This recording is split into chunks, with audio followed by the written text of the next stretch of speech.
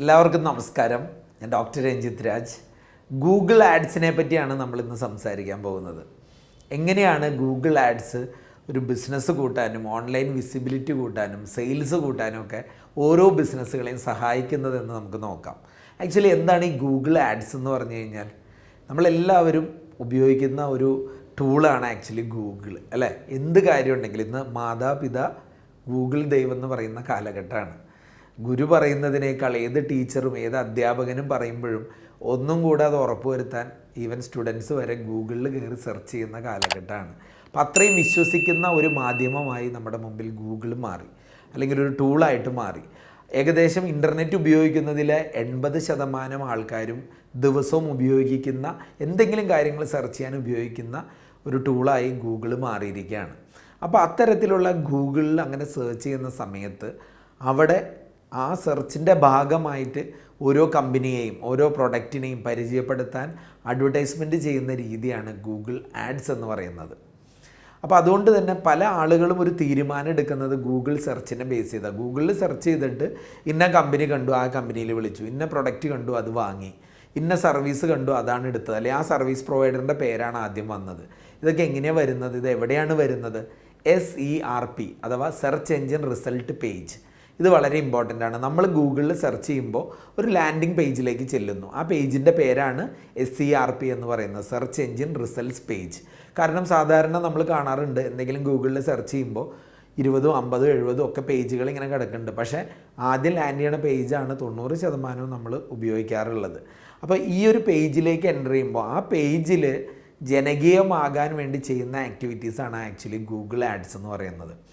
Paid and organic ലിസ്റ്റിങ്ങുകൾ SERPയിൽ സംഭവിക്കുന്നുണ്ട്. ഈ search engine result പേജിൽ 2 തരം ലിസ്റ്റിംഗ് ആണ് ഉണ്ടാവുക. നമ്മൾ പറഞ്ഞ എന്തെങ്കിലും ഒരു കാര്യം നമ്മൾ സെർച്ച് ചെയ്യുന്നു. ആ സെർച്ച് ചെയ്യുന്ന സമയത്ത് നമ്മളൊരു പേജ് ഓപ്പൺ ആവുന്നുണ്ട്.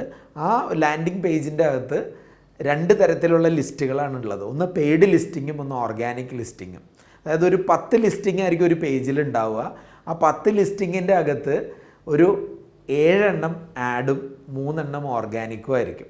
അതാണ് നമ്മൾ അറിഞ്ഞിരിക്കേണ്ട ആദ്യത്തെ കാര്യം. അപ്പോൾ ഗൂഗിള് ആ 10 എണ്ണത്തിൽ 7 എണ്ണത്തിനെ മാക്സിമം ആഡ് വഴി പ്രൊമോട്ട് ചെയ്യാറുള്ളൂ. 3 എണ്ണം ശരിക്കും അതൊരു ഓർഗാനിക് ലിസ്റ്റിങ്ങും കൂടിയാണ്. അതെങ്ങനെയാണ് സംഭവിക്കുന്നതെന്ന് വെച്ചാൽ, ഈ 7 എണ്ണത്തിൽ 4 എണ്ണം ഏറ്റവും ടോപ്പ് ഓഫ് ദ പേജ് നമ്മൾ ഓപ്പൺ ചെയ്യുമ്പോൾ ആദ്യത്തെ 4 എണ്ണം ആയിരിക്കും നോർമലി ആഡായിട്ട് വരുന്നത്, അഡ്വർടൈസ്മെൻ്റ് ആയിട്ട് വരുന്നത്. പിന്നെ നമുക്കൊരു 3 എണ്ണം ശരിക്കും ഓർഗാനിക്കലി തന്നെ ആളുകൾ വാങ്ങിയും കണ്ടും അന്വേഷിച്ചും ലിസ്റ്റ് ചെയ്ത് കയറി വന്ന കാര്യങ്ങളുണ്ടാവും. പിന്നെ ലാസ്റ്റ് ബോട്ടം ഓഫ് ദ പേജിലൊരു 3 എണ്ണം വീണ്ടും ആഡ് തന്നെയായിരിക്കും. ഇതാണ് നോർമലി കാണുന്ന ഒരു ലിസ്റ്റിംഗ് പ്രൊസീജിയർ.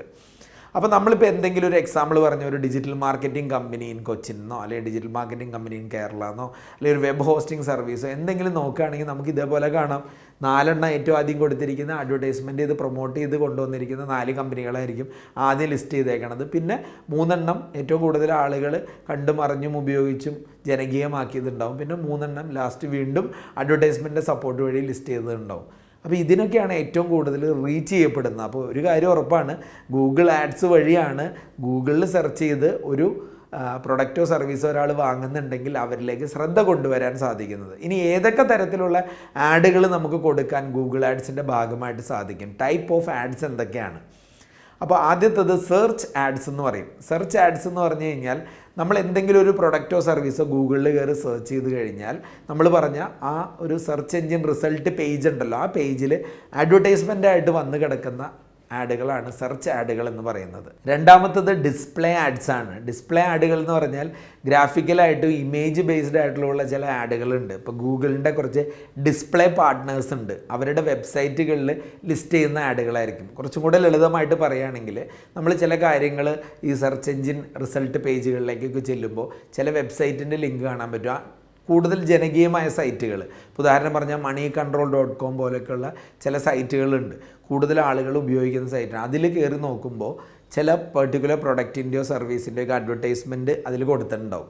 അപ്പോൾ അവിടെ കാണാം ആഡ്സ് ബൈ ഗൂഗിൾ എന്ന് കാണാൻ പറ്റും. ആഡ്സ് ബൈ ഗൂഗിൾ എന്ന് പറഞ്ഞാൽ പ്രൊമോട്ട് ചെയ്യണം. അപ്പം എന്താ ഗുണം എന്ന് വെച്ചാൽ ഈ വെബ്സൈറ്റുകളൊക്കെ അത്രയും ട്രാഫിക്കുള്ള അത്രയും ആളുകൾ നോക്കുന്ന സൈറ്റുകളായിരിക്കും.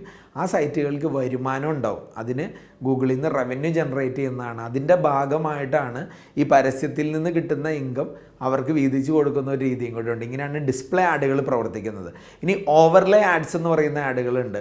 ഓവർലേ ആഡുകൾ എന്ന് പറഞ്ഞു കഴിഞ്ഞാൽ ഒരു സ്മോൾ ബാനർ ടൈപ്പ് ആഡുകളായിരിക്കും. ഒരു 20% വീഡിയോൻ്റെ ഏറ്റവും താഴത്തെ ഭാഗങ്ങളിൽ 20% ഭാഗം റെഗുലറായിട്ട് ഇത്തരം ബാനർ ടൈപ്പ് ആഡുകൾ കാണിച്ചുകൊണ്ടിരിക്കും. അപ്പോൾ ഇത് വീഡിയോ മാറ്റി നിർത്തി കാണേണ്ട ആവശ്യമില്ല. പകരം ഈ വീഡിയോ കാണുന്നതോടൊപ്പം തന്നെ ഈ ആഡ് റൺ ചെയ്തുകൊണ്ടിരിക്കും. ചില യൂട്യൂബ് വീഡിയോകളിലൊക്കെ ഓവർലേ ആഡുകൾ വരുന്നുണ്ട് ഫൂട്ടർ ഓഫ് വീഡിയോസിൽ. ഇങ്ങനെയുള്ള അഡ്വർടൈസ്മെൻറ്റ് കൊടുക്കാനുള്ള ചാൻസസും ഗൂഗിൾ ആഡ്സിൻ്റെ ഭാഗമായിട്ടുണ്ട്. പിന്നെ ഇൻസ്ട്രീം ആഡ്സ് ആണ് നമ്മൾ സാധാരണഗതിയിൽ നോർമലി ഒരു യൂട്യൂബ് വീഡിയോ ഒക്കെ കാണാൻ തുടങ്ങുമ്പോൾ ഏറ്റവും ആദ്യം ചില അഡ്വർടൈസ്മെൻറ്റുകൾ വന്ന് നിൽക്കും. അത് വേണമെങ്കിൽ ഒരു 5 സെക്കൻഡ് കഴിഞ്ഞിട്ട് ചിലത് സ്കിപ്പബിൾ ആഡ്സ് ആയിരിക്കും, ചിലത് 10 സെക്കൻഡ് 20 സെക്കൻഡുള്ള കണ്ടിട്ട് മാത്രമേ മുന്നോട്ട് പോകാൻ പറ്റുള്ളൂ. അങ്ങനെ അൺസ്കിപ്പബിൾ ആഡ്സും ഉണ്ട്. ഇതൊക്കെ ഇൻസ്ട്രീം ആഡ്സ് എന്ന് പറയും. അപ്പോൾ ഇൻസ്ട്രീം ആഡ്സും ഒരു ഗൂഗിൾ ആഡ്സിൻ്റെ ഒരു തരമാണെന്ന് മനസ്സിലാക്കുക. ദെൻ ഡിസ്കവറി ആഡ്സ് ആണ് 5ാമത്തെ തരം. ഡിസ്കവറി ആഡ്സ് എന്ന് പറഞ്ഞു കഴിഞ്ഞാൽ അഡ്വർടൈസ്മെൻറ്റ് കൊടുക്കുന്ന ആളുകൾക്ക് ചില സ്പെസിഫിക് ടാർഗറ്റ് കസ്റ്റമറിലേക്ക് റീച്ച് ചെയ്യാൻ പറ്റുന്ന രൂപത്തിലുള്ള ആഡ്സ് ആയിരിക്കും. അതായത് എന്തെങ്കിലും ഒരു കാര്യം സെർച്ച് ചെയ്യുന്ന സമയത്ത് നമ്മളിപ്പോൾ ഗൂഗിളിൽ എന്തെങ്കിലും ഒരു പർട്ടിക്കുലർ കാര്യം സെർച്ച് ചെയ്തു. ആ സെർച്ച് ചെയ്ത കാര്യവുമായിട്ട് വളരെ കണക്റ്റഡായി നിൽക്കുന്ന മറ്റ് പ്രൊഡക്റ്റുകളോ സർവീസുകളോ നമ്മുടെ മുമ്പിലേക്ക് ഡിസ്പ്ലേ ചെയ്യുന്ന അഡ്വർടൈസ്മെൻറ്റ് മെത്തേഡാണ് ഡിസ്കവറി ആഡ്സ് എന്ന് പറയുന്നത്. അപ്പോൾ ആ സെർച്ച് ചെയ്ത ബ്രൗസ് ചെയ്ത കാര്യമായിട്ട് കണക്റ്റഡ് ആയിരിക്കുമ്പോൾ നമ്മൾ സ്വാഭാവികമായിട്ട് അതിൽ കയറി നോക്കാനോ അത്തരം പ്രൊഡക്റ്റോ സർവീസോ വാങ്ങാനോ ഉള്ള ചാൻസുകൾ കൂടുതലായിരിക്കും. ഇനി നമ്മൾ അറിഞ്ഞിരിക്കേണ്ടത് എന്താണ് ഈ ഗൂഗിൾ ആഡ്സും ഓർഗാനിക് റാങ്കിങ്ങും തമ്മിലുള്ള ഒരു ബന്ധം, അല്ലെങ്കിൽ എങ്ങനെ അത് ചെയ്യാൻ പറ്റും. എല്ലാവരും ആഗ്രഹിക്കുന്ന കാര്യം നമ്മൾ ഈ സെർച്ച് ചെയ്യുന്ന സമയത്ത് നമ്മുടെ പേജൊക്കെ ഫസ്റ്റ് ടൈം തന്നെ കാണണം, ഓൺലൈൻ വഴി വരുന്ന ആൾക്കാരൊക്കെ നമ്മളിലേക്ക് ബിസിനസ് തരണമെന്നാണ്. പക്ഷേ വളരെ ബുദ്ധിമുട്ടേറിയ കാര്യമാണ് ഇന്ന് സെർച്ച് എഞ്ചിൻ്റെ അകത്ത്, അല്ലെങ്കിൽ ആ സെർച്ച് എഞ്ചിൻ റിസൾട്ട് പേജിൻ്റെ അകത്ത് എത്തിപ്പെടുക, ഫസ്റ്റ് പേജിൽ എത്തുക എന്നൊക്കെയുള്ള. അതിനുവേണ്ടി ചെയ്യേണ്ട പല കാര്യങ്ങളുണ്ട്. നമുക്കങ്ങനെ ടോപ്പ് ഓഫ് സെർച്ച് എത്തണമെങ്കിൽ സെർച്ച് എഞ്ചിൻ ഒപ്റ്റിമൈസേഷൻ എന്ന് പറയുന്ന SEO ചെയ്യേണ്ടി വരും, ബ്ലോഗിങ് ചെയ്യേണ്ടി വരും, കണ്ടൻറ് ക്രിയേഷൻ ചെയ്യേണ്ടി വരും, സിൻഡിക്കേഷൻ, അതായത് നമുക്ക് പല കീവേഡുകൾ സെർച്ച് ചെയ്യുമ്പോൾ അതുമായിട്ട് കണക്ട് ചെയ്തുള്ള ആക്ടിവിറ്റികൾ ചെയ്യേണ്ടി വരും. ബാക്ക് ലിങ്ക് ക്രിയേഷൻ എന്ന് പറയുന്ന ടെക്നിക്കലി ഉള്ള കാര്യങ്ങളാണ്. ചില കോമ്പറ്റീറ്റേഴ്സൊക്കെ നല്ല റീച്ചുള്ള സൈറ്റുകളുടെ കൂടെയൊക്കെ ബാക്ക് ലിങ്ക് ക്രിയേറ്റ് ചെയ്ത് അത് സെർച്ച് ചെയ്യുമ്പോൾ ഓട്ടോമാറ്റിക്കലി നമ്മുടെയും കാണുന്ന രീതികൾ, ഇങ്ങനെയുള്ള പല കാര്യങ്ങളും ചെയ്യേണ്ടതായിട്ട് വരും.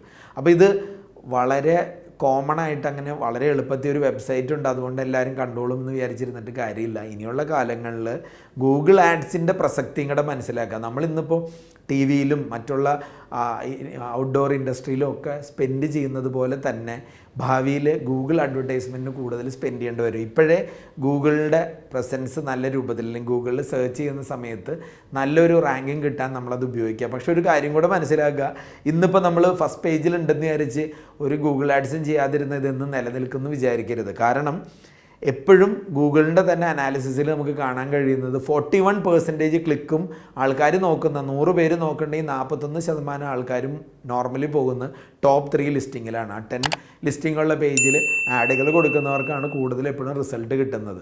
ചില ഇൻഡസ്ട്രിയിലൊക്കെ ഹൈലി കോമ്പറ്റീഷനാണ്, ഓരോ ദിവസവും ആ ടോപ്പിലെത്താൻ വേണ്ടി ഇങ്ങനെ പരിശ്രമിച്ചുകൊണ്ടിരിക്കുകയാണ്. അപ്പോൾ ഇത്തരത്തിലുള്ള ആഡ് ക്യാമ്പയിനുകളൊക്കെ ചെയ്യുന്നത് തീർച്ചയായിട്ടും ബിസിനസ് റിസൾട്ടിലേക്ക് സപ്പോർട്ടീവാണ്. അതിനുവേണ്ടി ഈ അറിവും നമ്മളിന്ന് പറഞ്ഞ രീതിയിലുള്ള പല ടൈപ്പ് ഓഫ് അഡ്വർടൈസ്മെൻറ്റിനുള്ള സാധ്യതകളും മനസ്സിലാക്കുക. അപ്പോൾ എന്തായാലും ടോപ്പ് 3 ലിസ്റ്റിങ്ങിലെത്താൻ സാധിക്കട്ടെ, അതിനുവേണ്ടി ഗൂഗിൾ ആഡ്സ് ഉപയോഗിക്കുക. ഗൂഗിൾ ആഡ്സിനെ പറ്റിയുള്ള ഈ വിവരം, ഇനിയും കൂടുതൽ വിവരങ്ങളൊക്കെ അറിയാൻ ആഗ്രഹമുള്ള ആൾക്കാർ ദയവായിട്ട് കമൻറ്റ് ചെയ്യുക. അറിയുന്ന കാര്യങ്ങൾ തീർച്ചയായിട്ടും അറിയിക്കാൻ ശ്രമിക്കാം. Thanks for watching.